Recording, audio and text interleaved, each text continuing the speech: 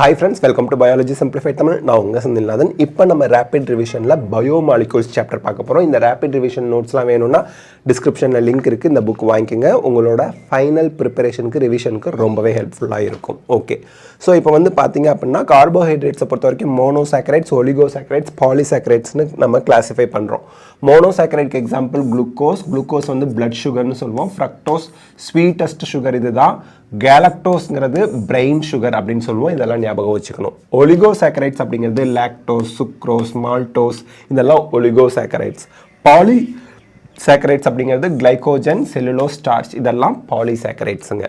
Okay. இப்போ proteins are made up of monomers called amino acid. Amino acids, ஒரு amino ஆசிட்க்கும் இன்னொரு amino ஆசிட்க்கு இடையில peptide chain வரும். So நிறைய அமினோ ஆசிட் பெப்டைட் செயினால அப்படியே இணைக்கப்பட்டா அதை வந்து புரோட்டீன் அப்படிம்போம்.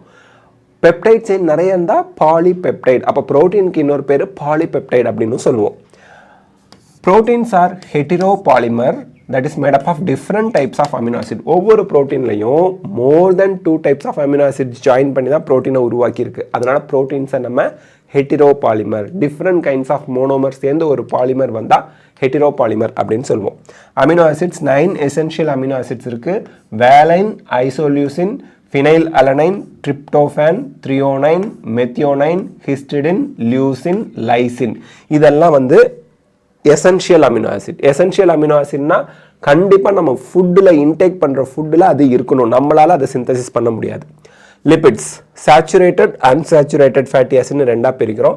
சேச்சுரேட்டட் ஃபேட்டி ஆசிட்ல வந்து கார்பன் சிங்கிள் பாண்ட் இருக்கும். சாலிட் அட் ரூம் டெம்பரேச்சர்லேயே கட்டியாக இருக்கும். அது சேச்சுரேட்டட் ஃபேட்டி ஆசிட். வெண்ணெய், அப்புறம் இந்த அனிமல் ஃபேட், இதெல்லாம். Unsaturated fatty acid carbon double bond carbon இருக்கும். லிக்விட் அட் ரூம் டெம்பரேச்சரில் லிக்விட் ஃபார்மில் இருக்கும். அதாவது இது வந்து பார்த்தீங்கன்னா இதுக்கு எக்ஸாம்பிள் என்ன சொல்லலாம்னா ஆயில், குக்கிங் ஆயில்லாம் வந்து ரூம் டெம்பரேச்சரில் எப்படி தான் இருக்கும், உங்களுக்கு லிக்விடாக தான் இருக்கும்.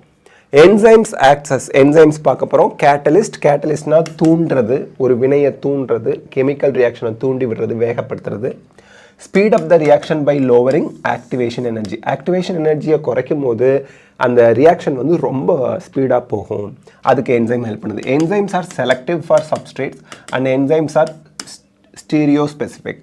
அதாவது என்ன சொல்கிறாங்க, உங்களுக்கு வந்து என்சைம்ஸ் ஒரு பர்டிகுலர் என்சைம் ஒரு பர்டிகுலர் சப்ஸ்ட்ரேட்டை தான் ப்ராடக்டாக மாற்றும் அண்ட் பர்டிகுலர் சைட்டில் தான் போய் பைண்ட் பண்ணும். All enzymes have same optimum temperature. So அதாவது ஒரு பர்டிகுலர் டெம்பரேச்சரில் என்சைம் நல்லா ஒர்க் பண்ணும். அதாங்க. ரொம்ப டெம்பரேச்சர் ஜாஸ்தி ஆகிடுச்சுனாலும் ரொம்ப கம்மி டெம்பரேச்சர் போனாலும் என்சைம்ஸ் ஃபங்க்ஷன் ஆகாது. லோ டெம்பரேச்சரில் என்சைம் ஃப்ரீஸ் ஆகிடும், ஃபங்க்ஷன் ஆகாது. வெரி ஹை டெம்பரேச்சரில் என்சைம் டீநேச்சர், அதாவது அழிஞ்சு போயிடும். அடுத்து different enzymes have different optimum pH வந்து மாறும். ஒரு சில என்சைம் அசிடிக் பிஹெச்சில் ஒர்க் பண்ணும், ஒரு சில என்சைம் பேசிக் பிஹெச்சில் ஒர்க் பண்ணும், ஒரு சில என்சைம் நியூட்ரல் பிஹெச்சில் ஒர்க் பண்ணும். அது மாறும்.